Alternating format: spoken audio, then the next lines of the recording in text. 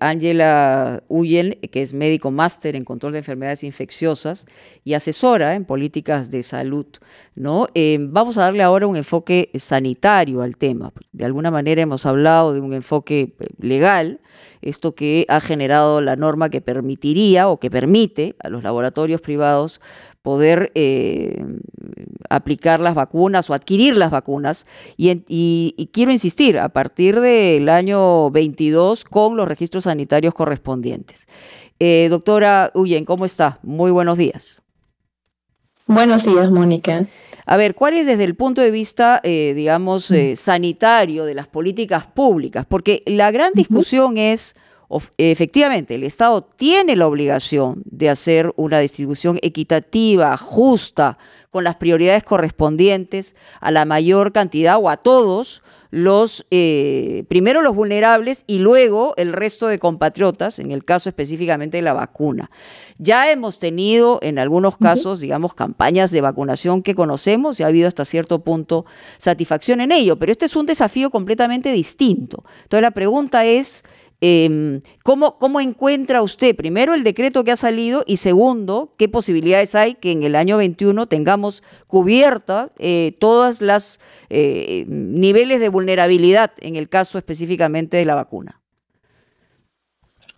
Bueno, gracias. Hay que comenzar justamente por decir que sí, el Estado debe asegurar un acceso universal y gratuito a las vacunas, ¿no? Tenemos que entender también cuál es el objetivo de las vacunas, porque oigo mucho que sí, hay que cubrir solo a los vulnerables, que los vulnerables, sí, hay que cubrir a los vulnerables, es una prioridad, pero esto va a disminuir probablemente la severidad y va a controlar un poco la mortalidad de los vulnerables, pero eso no va a disminuir la transmisión. Y el objetivo de una campaña de vacunación es disminuir la transmisión. Yo creo que hay que hacer un análisis exhaustivo de los riesgos, ¿no? Desde mi punto de vista, creo que hay un tema de control. La experiencia nos ha enseñado durante la primera ola que el sector privado pues no estuvo a la altura, ¿no? Se comercializaron en el mercado negro medicamentos que eran del ministerio, hubieron precios excesivos, y queda una gran pregunta en si esto va al sector privado, ¿cómo se va a realizar el monitoreo y la farmacovigilancia? La farmacovigilancia es un aspecto clave, estamos con una vacuna nueva, tenemos que saber qué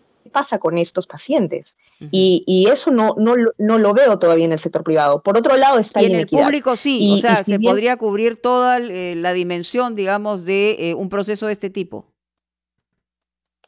¿Perdón?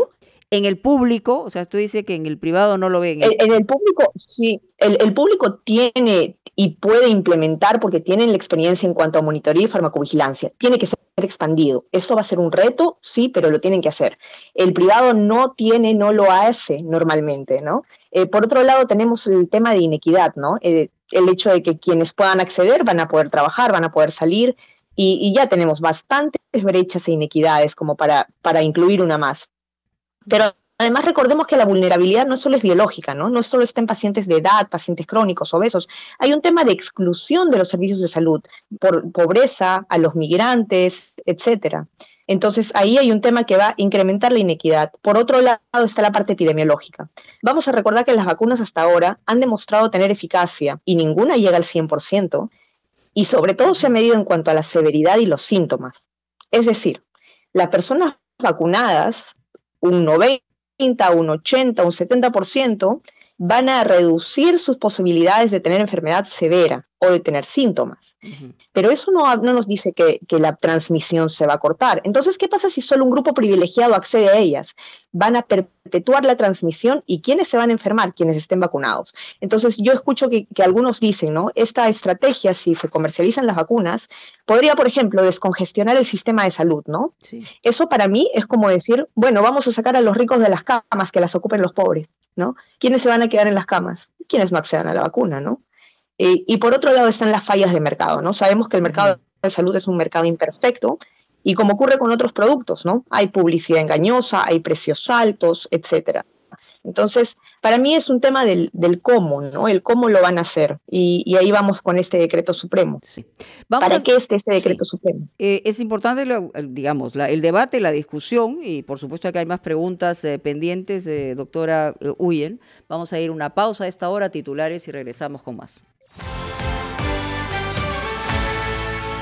Son las 8:35 estamos en ampliación de noticias, entrevistando a la médico Ángela Huyen, especialista en el control de enfermedades infecciosas. Doctora Huyen, usted en sus intervenciones se ha referido justamente a que esto no sirve para controlar las infecciones o la infección en curso.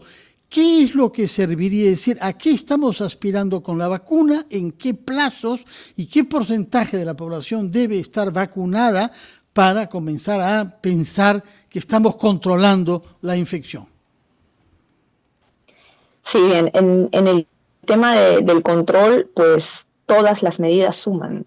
Es por ello que se está haciendo hincapié en que todos tenemos que continuar cuidándonos, usar la mascarilla, mejor si son mascarillas con capas, un uso correcto de mascarillas que cubra la nariz y la boca, guardar la distancia social, evitar ambientes cerrados. Entonces, estamos hablando de todas las medidas de la mano, mientras que la vacunación ocurre.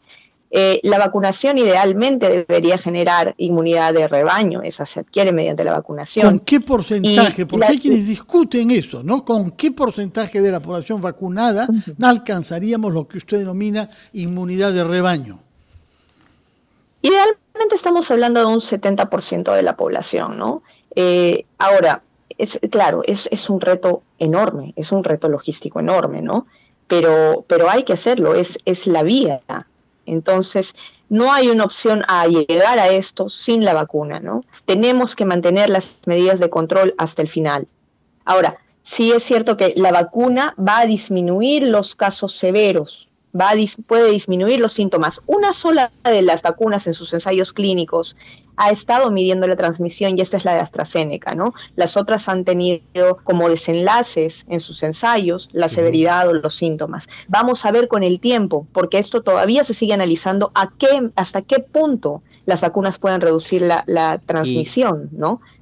Doctora, y yo quisiera tocar con usted el tema de carácter comunicacional, el mensaje que se le da a la población sobre esta pandemia, el coronavirus, básicamente en relación a lo que significa, por ejemplo, la automedicación, el uso de determinadas sustancias o productos para, entre comillas, prevenir el COVID-19.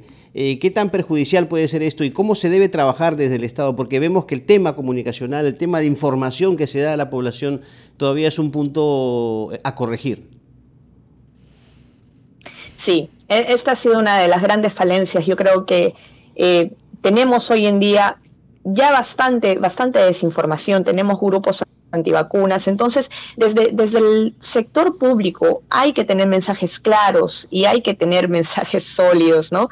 Cuando no existe evidencia, el hecho, cuando nosotros decimos no existe evidencia, porque lo deben haber escuchado mucho, ¿no? Sí. No existe evidencia de que esto funcione. Eso no quiere decir que podamos usarlo libremente, que por si acaso vamos a usarlo. En realidad no hay medicamento en el mundo que no tenga eventos adversos. Esto es un punto. Y el otro es la falsa confianza que inspira en la gente, ¿no? Dicen, bueno, como ya estoy tomando, no sé, mi ivermectina o como estoy tomando algunos dióxido de cloro o otros, dicen, bueno, entonces yo ya puedo salir, ¿no? Sí. Y se descuidan ellos y descuidan a los demás. Ahora, doctor Huyen, no solamente es un problema, digamos, de desconocimiento que puede tener la población, con razón, porque la población no es científica, no ha estudiado medicina, pero que haya esta discusión, por ejemplo, en relación a productos que usted ha mencionado, ivermectina, dentro de un grupo importante de médicos, también pues nos genera no solamente confusión, sino no saber dónde estamos parados, porque si los mismos médicos se enfrentan con una definición de qué cosa puede ser un paliativo o no, ya ahí hay un problema. Y por otro lado, volviendo al tema de la vacuna,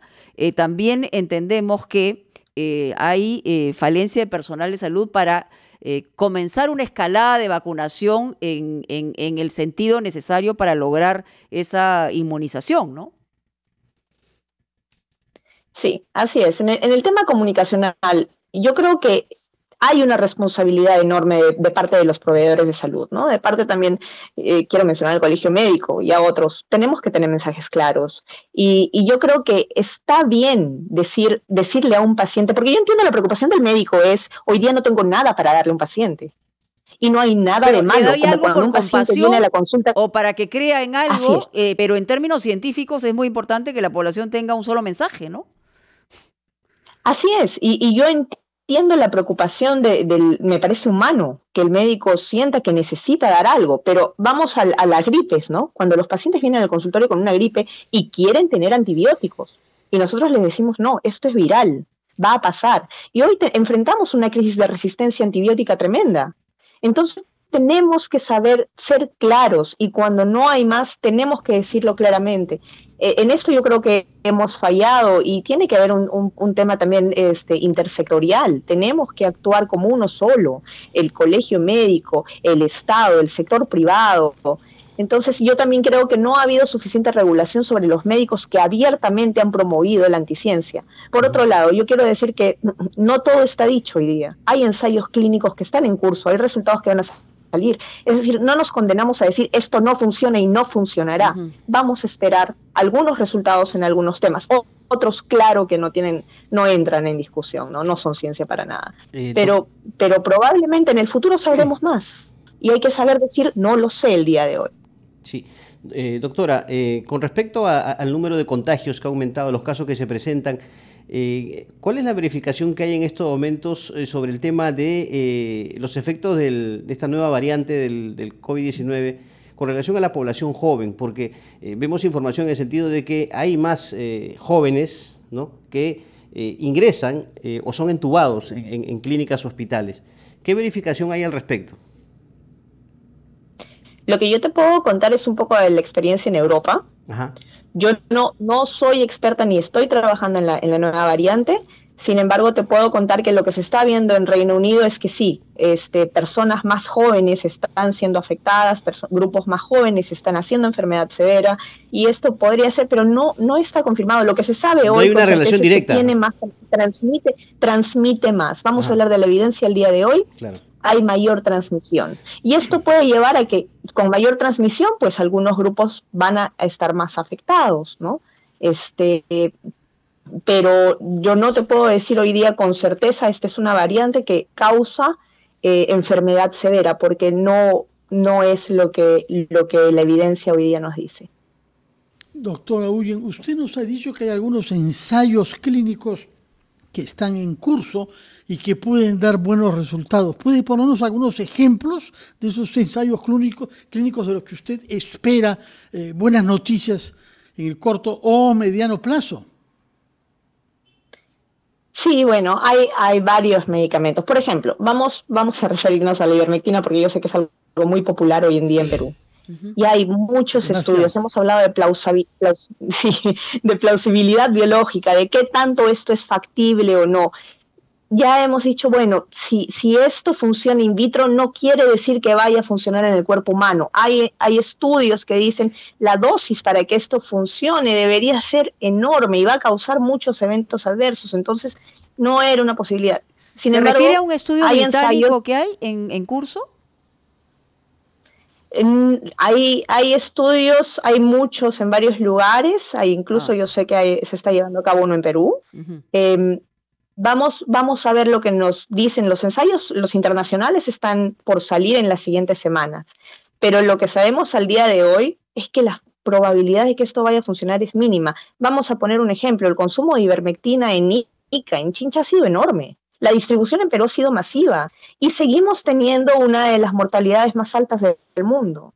Esta droga no se ha usado, por ejemplo, en Europa de esa manera indiscriminada o en otros continentes y no vemos las mortalidades que vemos en Perú. Entonces, yo creo que la probabilidad es bastante baja, pero vamos a ver qué nos dice la ciencia en los siguientes días. Hasta ahora no hay nada contundente ni estudios de calidad que digan que la ivermectina funciona.